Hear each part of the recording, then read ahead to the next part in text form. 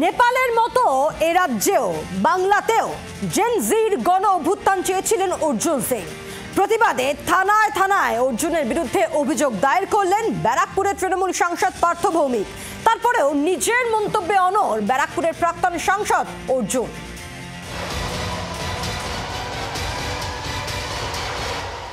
পড়শি দেশ নেপালের অশান্তির আঁচে তপ্ত বঙ্গ রাজনীতি, তরজায় শাসক বিরোধী শিবির। দুদিন আগেই নেপালের ধাঁচে বাংলায় গণ অভ্যুত্থান হওয়া উচিত বলে মন্তব্য করেন বিজেপি নেতা ও বারাকপুরের প্রাক্তন সাংসদ অর্জুন সিং।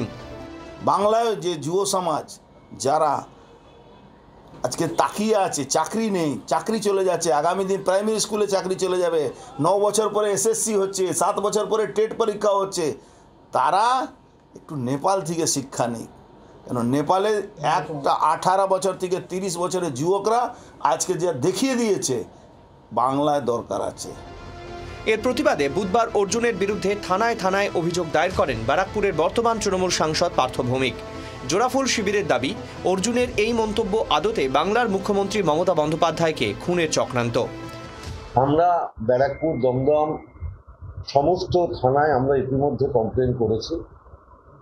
আমরা আশঙ্কিত যে আমাদের জননেত্রী, আমাদের প্রাণের অধিক প্রিয় বাংলার মাননীয় মুখ্যমন্ত্রী মমতা ব্যানার্জিকে খুন করার একটা ব্যাপক পরিকল্পনা হচ্ছে। তৃণমূলের অভিযোগের ভিত্তিতে জগদ্দল, নৈহাটি সহ বেশ কয়েকটি থানায় অর্জুনের বিরুদ্ধে এফআইআর দায়ের হয়েছে। তারপরেও গণ অভ্যুত্থান নিয়ে নিজের মন্তব্যে অনড় বারাকপুর শিল্পাঞ্চলের এই বাহুবলী বিজেপি নেতা। এই যে এফআইআর আমার নামে করেছে, আর 400 না করলে আমার মান সম্মান থাকবে না। পার্থ ভৌমিককে চ্যালেঞ্জ করছি, মমতা ব্যানার্জি কে বলে 400 থানা আমার নামে এফআইআর করো, কিচ্ছু যায় আসে না। আমি কোনো অন্যায় কথা বলছি না। নেপালে বিক্ষোভ থেকে অভ্যুত্থান, ভোটমুখী বাংলায় ফের তরজায় বারাকপুরের বর্তমান ও প্রাক্তন সাংসদ। বরুণ সেনগুপ্তের রিপোর্ট, জি 24 ঘন্টা।